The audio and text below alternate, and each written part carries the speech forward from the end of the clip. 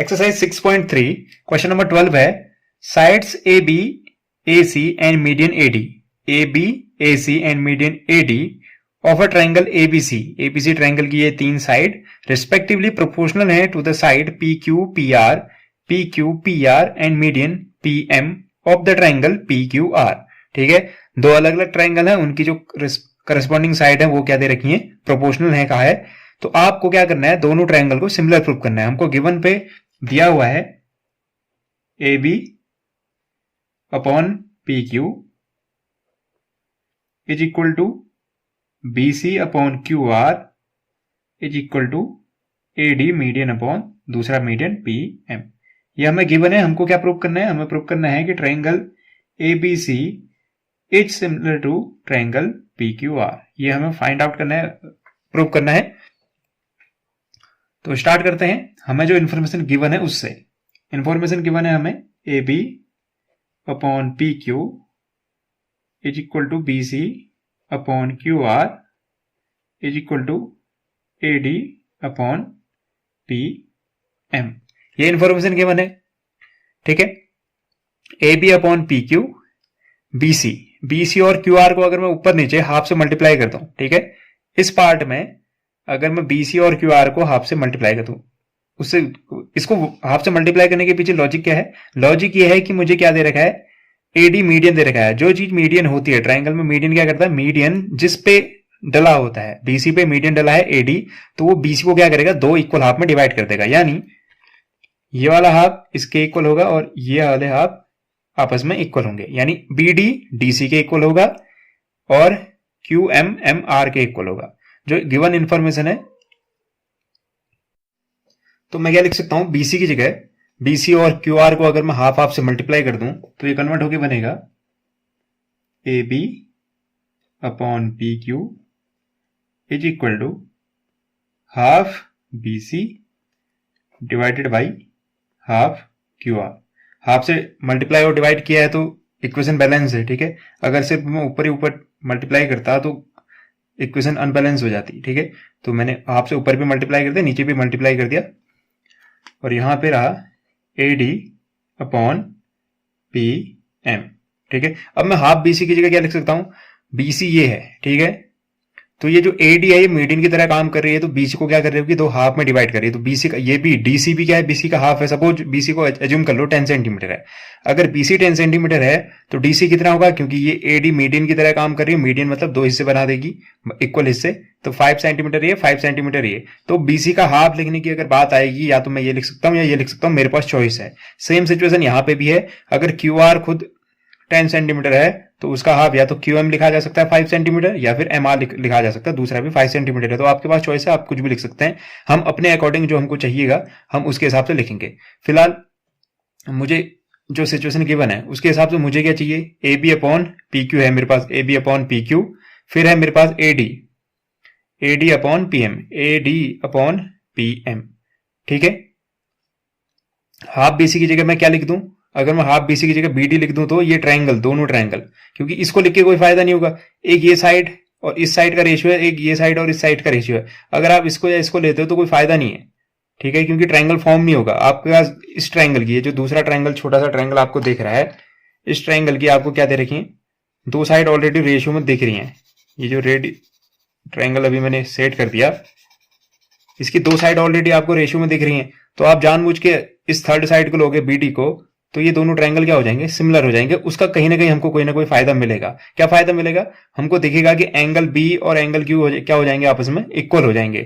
ठीक है, तो उसका इस्तेमाल हम कर सकते हैं। तो हम बीसी की जगह, हाफ बीसी की जगह बी डी लिखेंगे और हाफ क्यू आर की जगह लिखेंगे Q M.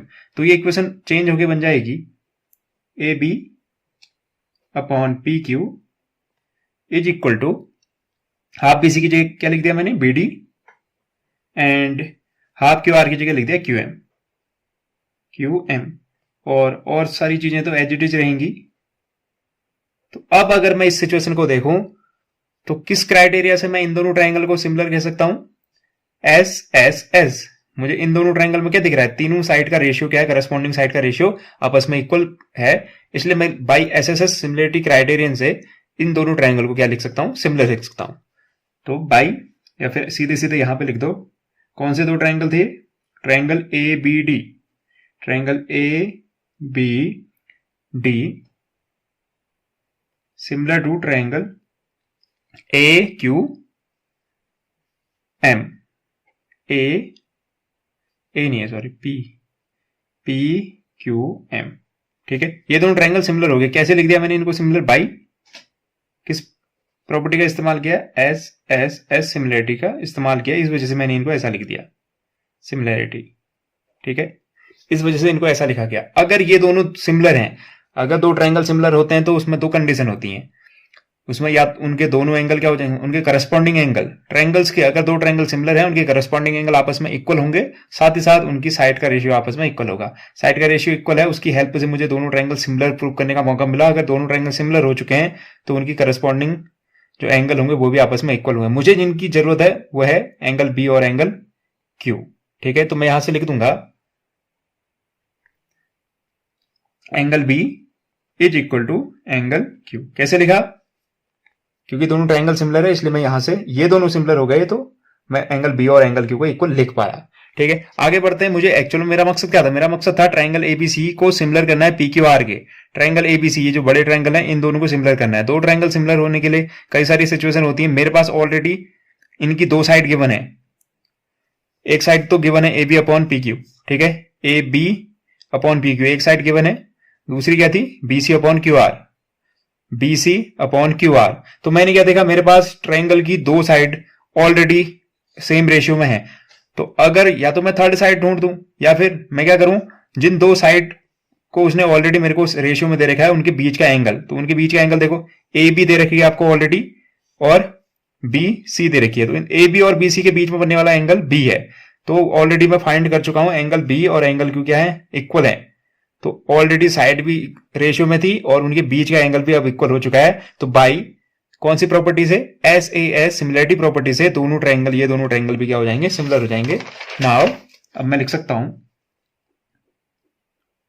Now in triangle ABC and triangle P Q R we have, क्या है हमारे पास ऑलरेडी ये तो गिवन में था, A B upon P Q था, ये ratio B C upon Q R के था, ये ऑलरेडी गिवन में था। और अभी अभी हमने कुछ फाइंड किया, हमने फाइंड किया कि एंगल बी किसके इक्वल है? एंगल सी के।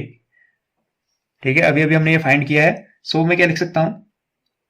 सो बाई कौन सी सिमिलरिटी से?